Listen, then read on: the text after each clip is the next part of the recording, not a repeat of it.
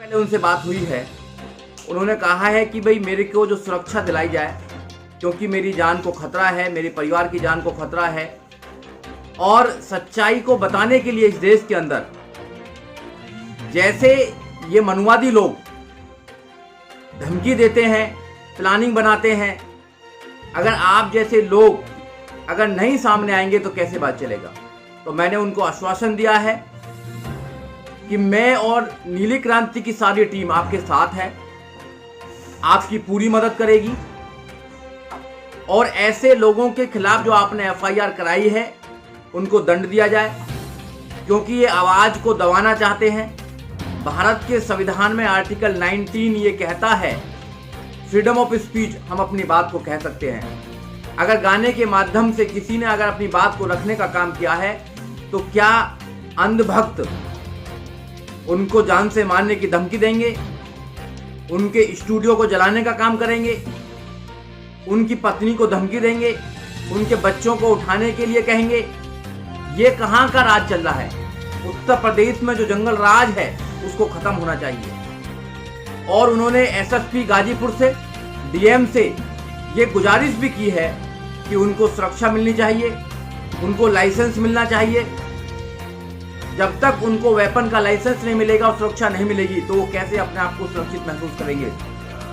ये समाज के लोगों की जिम्मेदारी होती है कि उनकी मदद करें और उनको सुरक्षित महसूस होना चाहिए, क्योंकि जो विशाल गाजीपुरिया हैं वो अपने गाने के माध्यम से लोगों को जागरूक करने का काम करते हैं।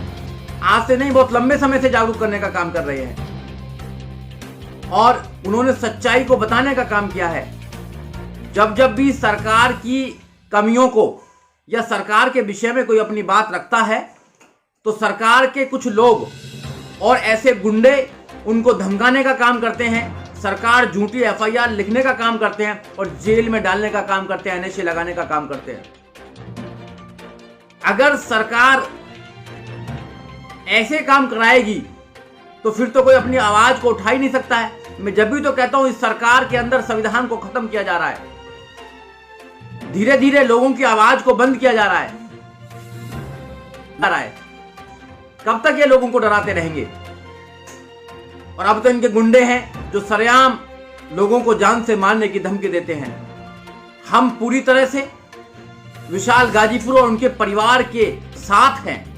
मैं नहीं, पूरे देश के नौजवान साथी, पूरे देश के जो लोग जो भारत के संविधान पर विश्वास करते हैं, जो बाबा साहब डॉक्टर अम्बेडकर के विचार पर विश्वास करते हैं, जो समता मैत्रिक भाईचारे पर विश्वास करते हैं, वो विशाल के साथ में है।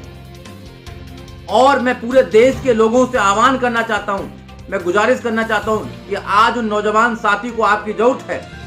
आपको बाहर निकलना चाहिए, प्रशासन पर दबाव बनाना चाहिए कि प्रशासन उनको सुरक्षा मुहैया कराए। जब गुंडों को सुरक्षा मुहैया की जा सकती है तो ऐसे नौजवान साथियों को जो क्रांति का काम कर रहे हैं उनको क्यों सुरक्षा प्रदान नहीं की जा सकती है? तो आपके माध्यम से जितने भी लोग मुझे सुन रहे हैं या देश के जितने भी क्रांतिकारी लोग हैं, उनकी आज जिम्मेदारी है कि आज एक हमारा भाई ऐसी परेशानी के अंदर है कि उनका मनोबल को तोड़ा जा रहा है, धमकी दी जा रही है। आज हमें उनके साथ खड़ा होना चाहिए। हमारी नीली क्रांति के सारे लोग उनके साथ खड़े हुए हैं और जैसी भी मदद होगी हम लोगों से करेंगे। हम मिलने भी जाएंगे, अभी बात भी हुई थी उनसे और हमने उनको आश्वासन दिया है कि आप बिल्कुल भी चिंता ना करें, हम पूरी कोशिश करेंगे, एसएसपी से बात करेंगे, डीएम से बात करेंगे, आपकी सुरक्षा सुनिश्चित कराएंगे।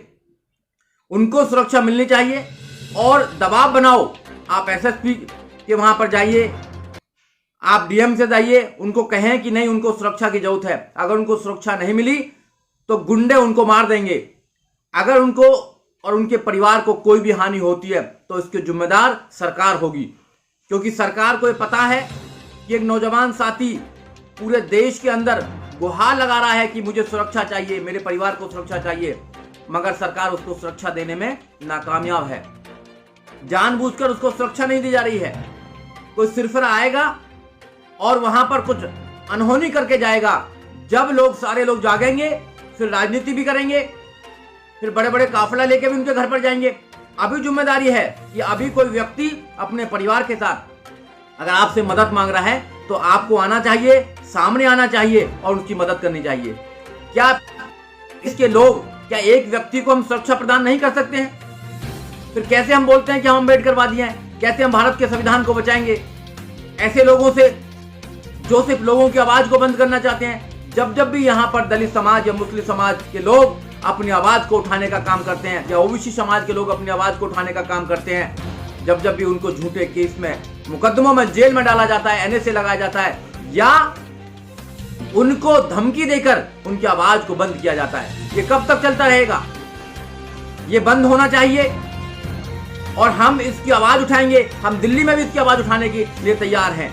हम खुद में अपने लेटर पैड पर होम मिनिस्टर को खुद चिट्ठी लिखूंगा कि उनको सुरक्षा प्रदान करनी चाहिए, क्योंकि आज एक व्यक्ति, एक नौजवान साथी पूरे देश के लोगों से गुहार लगा रहा है, प्रार्थना कर रहा है कि मुझे सुरक्षा प्रदान करो, मुझे सुरक्षा प्रदान करो। तो क्या हमारी ड्यूटी नहीं बनती है? हमारी ड्यूटी बननी चाहिए। ये लोग लगातार संविधान को कमजोर करते जा रहे हैं। संविधान में जो हमको अधिकार दिए गए हैं उनको लगातार छीन रहे हैं और ऐसे नौजवान साथी जो समाज में लोगों को जागरूक करने का काम कर रहे हैं उनके ऊपर दबाव बनाया जा रहा है। ये मनु मानसिकता के लोग कब तक ऐसी धमकियां देते रहेंगे, ये आप लोगों को सोचना होगा।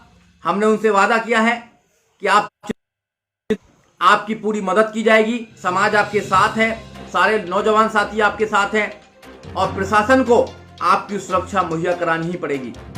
हम प्रशासन को बार बार कहते हैं और हम खुद जाकर प्रशासन से ये गुजारिश करेंगे कि उस परिवार को सुरक्षा प्रदान की जाए। उस परिवार के नौजवान साथी विशाल को वेपन लाइसेंस दिया जाए जिससे कि वो अपने परिवार की सुरक्षा कर सके।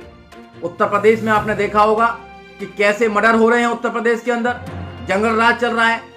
ऐसे वहां पर रहना आज के विषय में एक्टिविस्ट को बहुत ही ऐसे समझिए जैसे दांतों के बीच में जीभ रहती है। तो वो जो लोग हैं काम कर रहे हैं उनको और ज्यादा काम करे। अभी विशाल से जब मेरी बात हुई तो कह रहे कि मैं लंबा काम करना चाहता हूँ, मैं समाज की जो बातें हैं उनको लोगों तक पहुंचाना चाहता हूँ, मैं बाबा साहब के विचारों को लोगों तक पहुंचाना चाहता हूँ। तो आप लोगों की जिम्मेदारी है कि आप लोग विशाल का, उसके परिवार का साथ दें।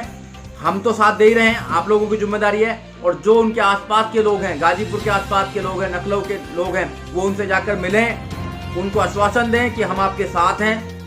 और डीएम से जाकर मिलें, एसएसपी से जाकर मिलें, उनको लिखित में शिकायत दें कि इस नौजवान साथी को हजारों कॉल आ रही है धमकी देने की, मारने की, धमकी देने की, और उनके स्टूडियो को भी जला दिया गया है, परिवार के बच्चों को उठाने की धमकी आ रही है। तो ये ऐसी अनहोनी ना हो, उससे पहले सरकार को सोचना चाहिए कि उस नौजवान को सही एक प्रोटेक्शन दी जानी चाहिए, सुरक्षा दी जानी चाहिए उसके परिवार को, और जिससे कि वो अपना जीवन आगे अच्छी तरह बेहमुक्त अपना जीवन चला सके। साथियों, मैं एक नंबर भी दे रहा हूं आपको अपना 9582905506। अगर किसी भी व्यक्ति को किसी भी प्रकार की कोई परेशानी है तो उस नंबर पर बात कर सकता है। हम पूरी कोशिश करेंगे कि जितना भी मदद हो सकती है लीगली तौर पर हम मदद करने की कोशिश करेंगे। अब तक भी हम मदद करते आए हैं और आगे भी करेंगे, क्योंकि हमारी जिम्मेदारी है। बाबा साहब डॉक्टर अम्बेडकर के अधिकारों की वजह से, उनके संविधान की वजह से हम इस पद पर बैठे हुए हैं, यहाँ बैठे हुए हैं। हम वकील हैं, हमारी एक टीम है, तो उनकी जिम्मेदारी होती है कि वो देश में कहीं भी अगर नौजवान किसी ऐसे एक्टिविस्ट पर अगर कोई अत्याचार करता है, धमकी देता है या सरकारें उनकी बात नहीं मानती है, तो हम जाकर उन लोगों की मदद करें। ये हमारा काम है, ये आपका काम भी होना चाहिए। आप लोग हमसे जुड़ें और आगे लोगों की बात को पहुंचाने का काम करें। जय भीम, जय भारत, जय नील।